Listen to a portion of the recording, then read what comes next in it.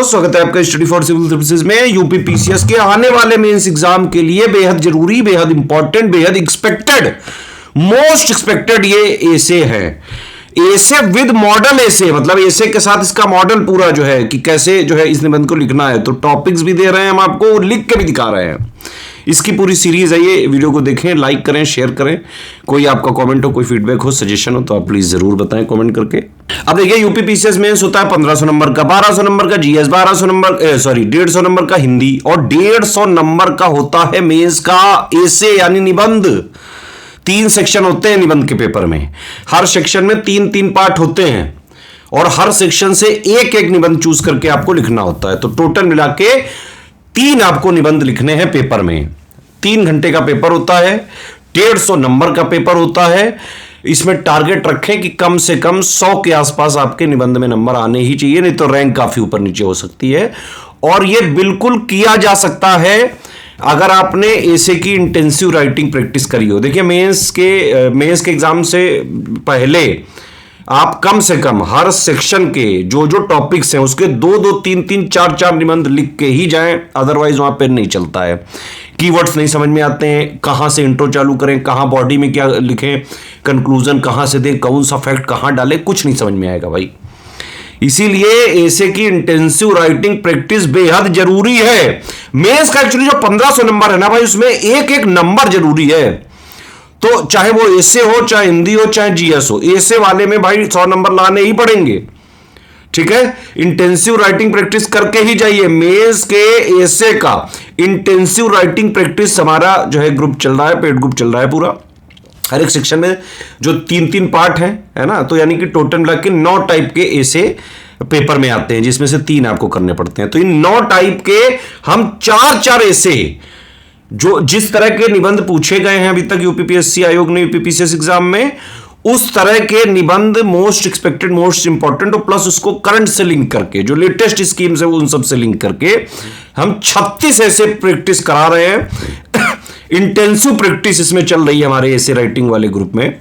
ठीक है, हर जो टाइप है उसके 4-4 ऐसे विद मॉडल ऐसे आप उसको लिख के दोगे, फिर उसकी चेकिंग करी जाएगी, जो है पूरा फीडबैक दिया जाएगा, पर्सनल गाइडेंस दिया जाएगा।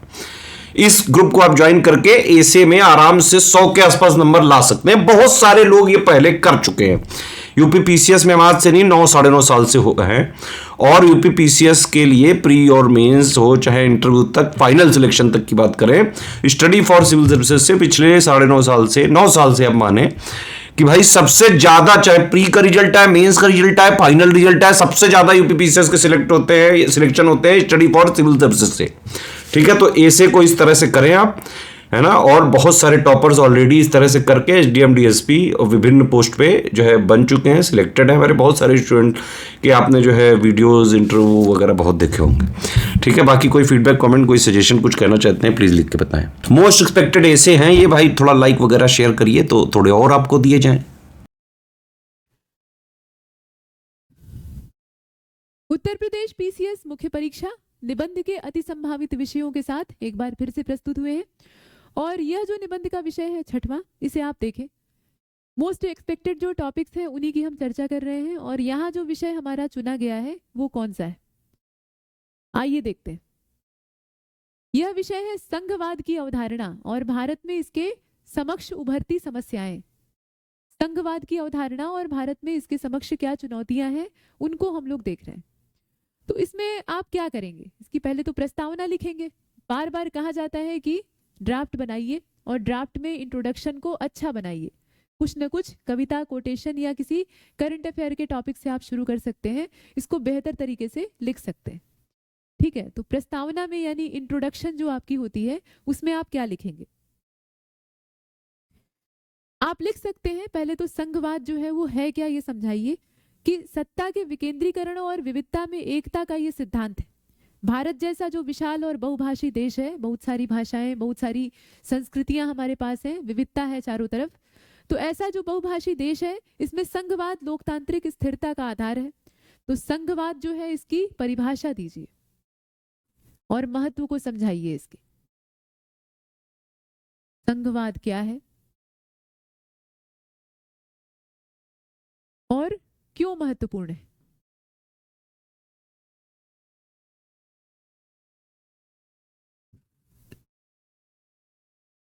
ठीक है, ये दो चीजें ये पहले पैराग्राफ में आपके शामिल हो जाएंगे।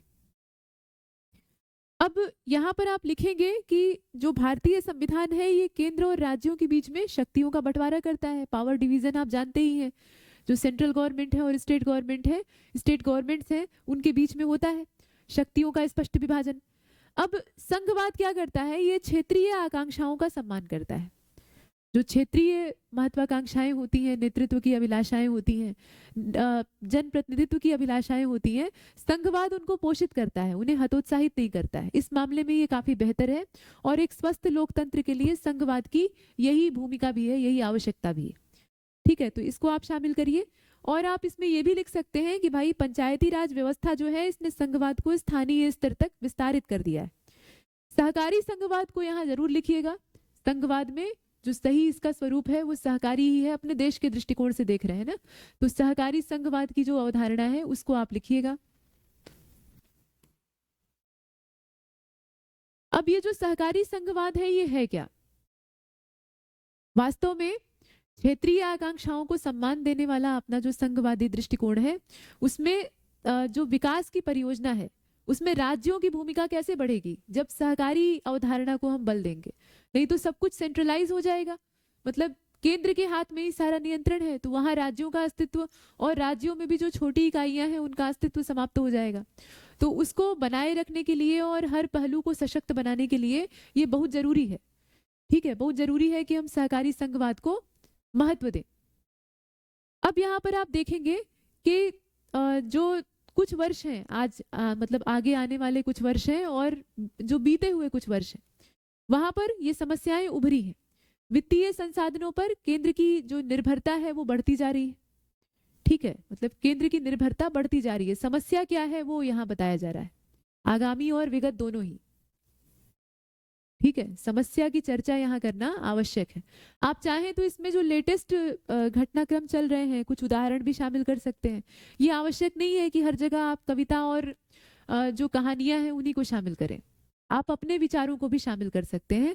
और उसके साथ साथ मतलब ये अत्यंत आवश्यक नहीं है। कुछ लोग ये मान लेते हैं कि निबंध है तो उसमें कुछ कविता, कुछ उदाहरण, इस तरह की चीजें शामिल करनी ही करनी।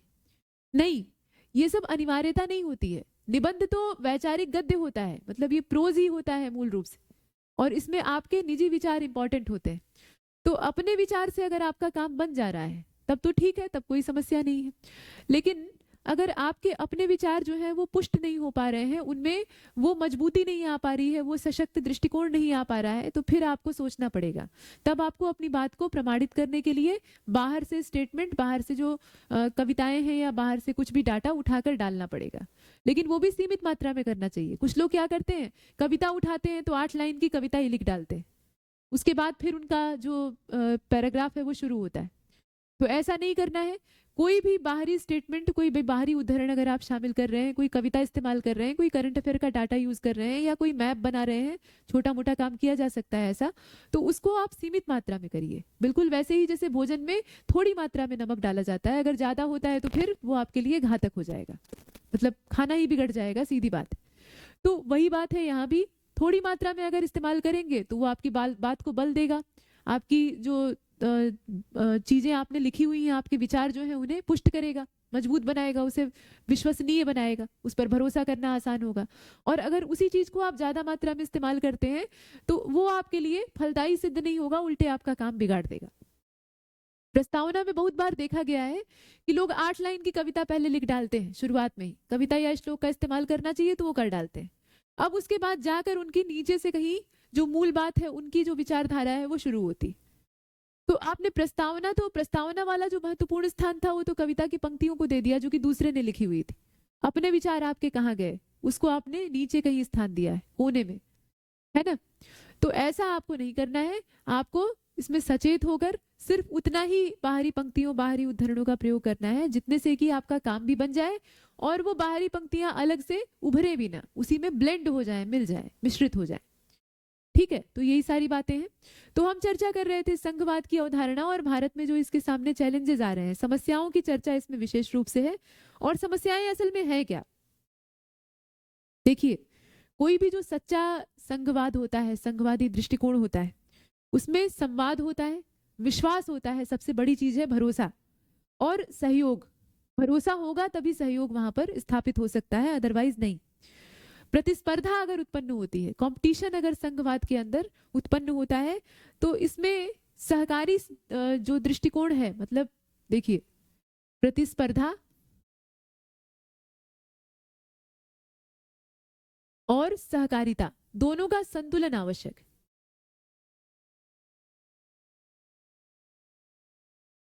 ये दोनों अगर संघवाद के साथ जुड़ जाएं और संतुलित रहें तो निश्चित तौर पर इसे मजबूत बनाया जा सकता है और इसकी सारी समस्याओं का निपटारा किया जा सकता है। तो ये दोनों चीजें इसमें होनी चाहिए। प्रतिस्पर्धा इसलिए होनी चाहिए जिससे कि विकास को बल मिले, एक दूसरे से आगे बढ़ने की इच्छा, और सहयोग का भाव होना चाहिए। जो सहभागिता है सहकारिता के माध्यम से, उसको भी संतुलित करना आवश्यक है। दोनों संतुलन में रहेगा, कोई कम नहीं रहेगा, कोई ज्यादा नहीं रहेगा, मतलब दोनों का बराबर संतुलन रहेगा तो संघवाद परिपुष्ट होगा। और कुल मिलाकर संघवाद भारतीय लोकतंत्र की बैकबोन है, ये समझना बहुत आवश्यक है।